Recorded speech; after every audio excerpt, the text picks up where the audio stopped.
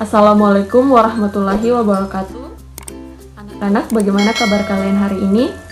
Kakak harap kalian sehat-sehat dan baik-baik saja. Kemarin kita sudah membahas tentang bahan industri, seperti bahan mentah, bahan setengah jadi, dan bahan jadi, serta dampak positif dan dampak negatifnya. Baiklah, hari ini kita akan membahas tentang energi baru dan terbarukan. Sebelum kita masuk ke materi inti, kakak akan menjelaskan 3 tujuan pembelajaran yang akan kita capai dalam pembelajaran hari ini. Yang pertama, menjelaskan pengertian energi baru dan terbarukan, menganalisis potensi dan persebaran sumber daya untuk penyediaan energi baru dan terbarukan. Dan yang terakhir, melaporkan analisis data dan informasi energi baru dan terbarukan dalam bentuk tulisan. Ya, jadi energi baru dan terbarukan dibagi menjadi 2, yaitu energi baru dan energi terbarukan. Sederhananya, energi baru tidak harus atau bukanlah jenis energi yang belum pernah ada di peradaban manusia sebelumnya. Energi baru adalah jenis-jenis energi yang ada pada saat ini yang belum dipergunakan secara massal oleh manusia dan masih dalam tahap pengembangan, seperti energi surya. Sedangkan energi terbarukan adalah energi yang ketersediaan sumbernya bisa dipulihkan kembali setelah energi tersebut habis digunakan. Contohnya adalah energi biomasa.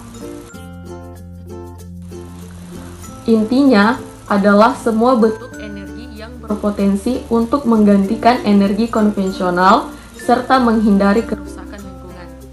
Jadi, kalian sudah tahu ya apa itu energi baru dan apa itu energi terbarukan. Baiklah, selanjutnya ada apa saja jenis energi terbarukan. Ada yang tahu ada berapa jenis energi terbarukan yang ada di Indonesia? Yap, ada 8, yaitu angin, matahari, air laut pasang, tumbuhan, panas bumi, biofuel, biomasa, dan juga air.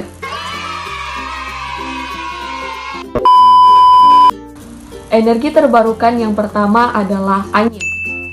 Angin sendiri merupakan salah satu sumber energi yang tidak pernah ada habisnya. Mengapa demikian? Karena selama bumi ini masih ada, maka angin akan tetap selamanya ada, dikarenakan ketersediaannya yang tidak terbatas. Angin sendiri seringkali dimanfaatkan dalam teknologi kincir angin, khususnya di negara dengan intensitas angin yang sangat banyak. Angin ini nantinya akan mendorong turbin dari kincir angin itu sendiri yang akan menghasilkan energi listrik. Berbicara tentang kincir angin, kakak ingin bertanya, apakah kalian tahu negara mana yang dijuluki dengan negara kincir angin? Yap, benar sekali, Belanda. Mengapa negara Belanda dikatakan sebagai negara kincir angin? Ya, itu disebabkan oleh sebagian besar wilayah Belanda didominasi oleh lautan.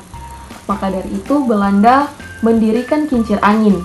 Tidak hanya satu, tapi banyak. Makanya Belanda dikatakan sebagai negara kincir angin terbanyak di dunia.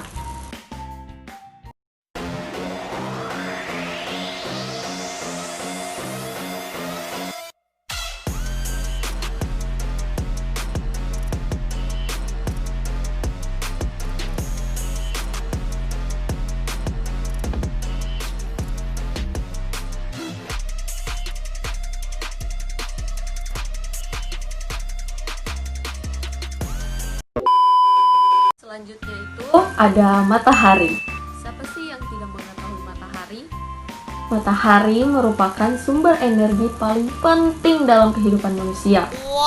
Sumber energi panas dari matahari juga dapat digunakan untuk berbagai macam aktivitas, seperti fotosintesis buatan, listrik tenaga surya, menjemur pakaian, dan lain sebagainya. Eits, tapi matahari juga baik bagi kesehatan loh. Dari matahari pagi, kita sudah mendapatkan vitamin D. Wow. Yang ketiga, ada air laut pasang. Pemanfaatan air laut pasang ini atau gelombang air laut ini kian dijadikan sebagai sumber energi terbarukan untuk menghasilkan listrik. Contoh pemanfaatannya sendiri itu seperti dapat digunakan untuk menghidupkan generator yang dapat dijadikan sebagai sumber energi listrik bagi mereka yang hidup di pesisir. Selanjutnya ada panas bumi. Sumber energi panas bumi atau geotermal sendiri merupakan energi panas dari bumi. Energi geotermal ini diperoleh akibat penyuluhan radioaktif dan juga pelepasan kalor atau panas secara terus-menerus dalam bumi. Nah, contoh yang bisa kita ambil dari panas bumi yaitu air yang terpompa ke dalam bumi oleh manusia dikumpulkan ke permukaan bumi dalam bentuk uap, di mana digunakan untuk pergerakan turbin yang memproduksi listrik.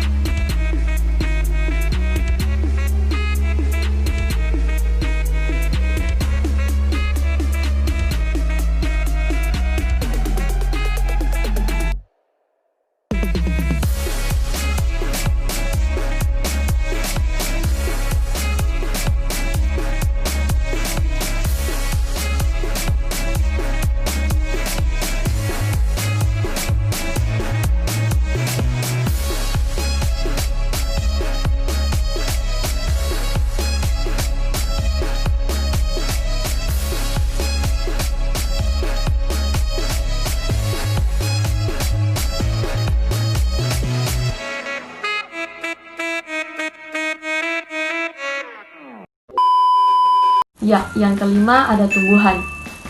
Produk yang dihasilkan dari tanaman atau tumbuhan ini sebenarnya bisa diolah untuk kebutuhan produk yang lainnya, seperti misalnya kertas, kayu bakar, hingga produk lainnya yang bisa dimanfaatkan di kehidupan sehari-hari.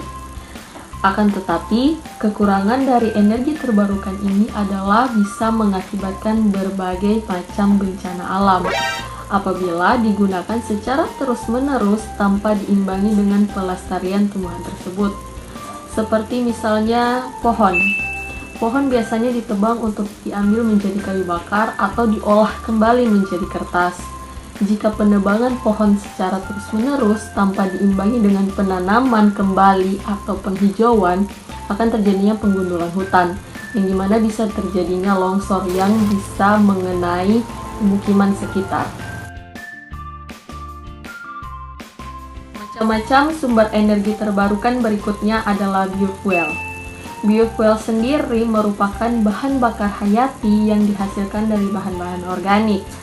Sumber dari energi terbarukan ini adalah tanaman yang memiliki kandungan gula yang sangat tinggi, seperti tebu dan juga sorghum, serta tanaman yang memiliki kandungan minyak nabati yang tinggi seperti kelapa sawit, ganggang, dan juga jarak. Hasil dari biofuel itu sendiri ada dua tipe. Yang pertama alkohol dan ester. Bahan tersebut dapat digunakan untuk menggantikan bahan bakar fosil, tetapi kadang-kadang diperlukan perubahan besar pada mesin. Yang ketujuh itu ada air. Kalian pasti tahu kan apa itu air?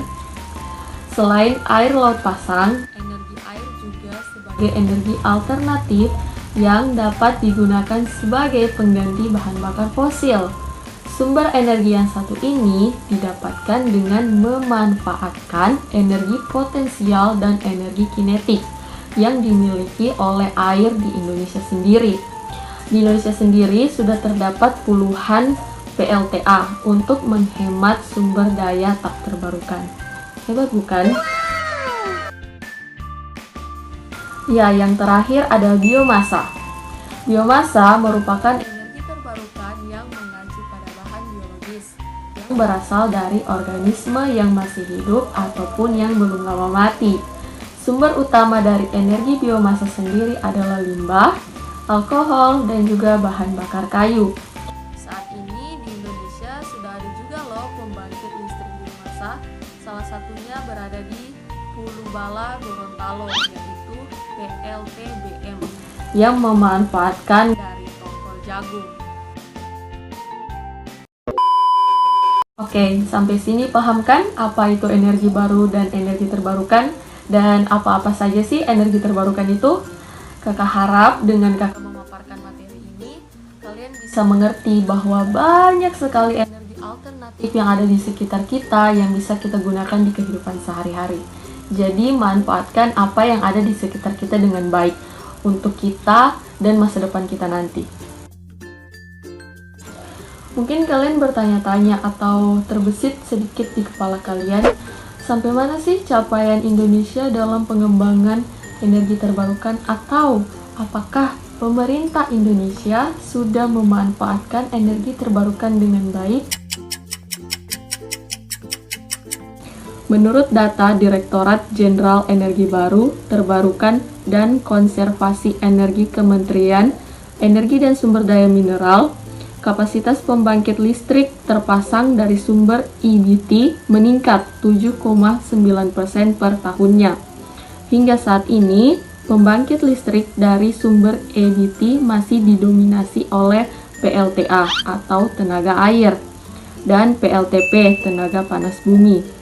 Dalam 3 tahun terakhir, pemerintah juga menggenjot pembangunan pembangkit listrik tenaga bioenergi, yaitu biogas dan biomasa.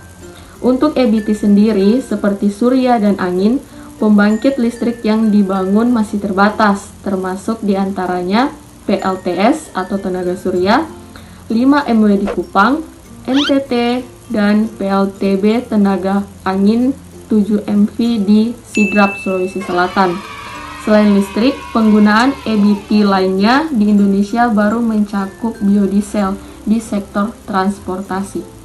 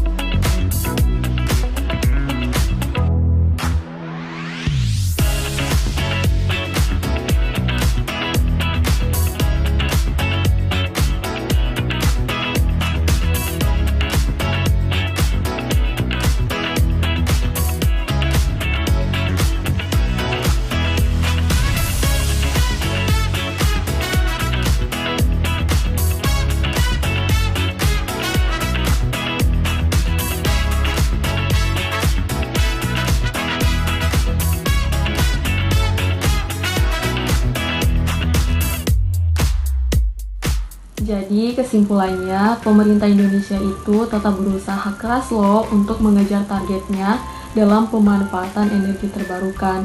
Target yang mereka capai itu sebesar 23% di tahun 2025 yang akan datang.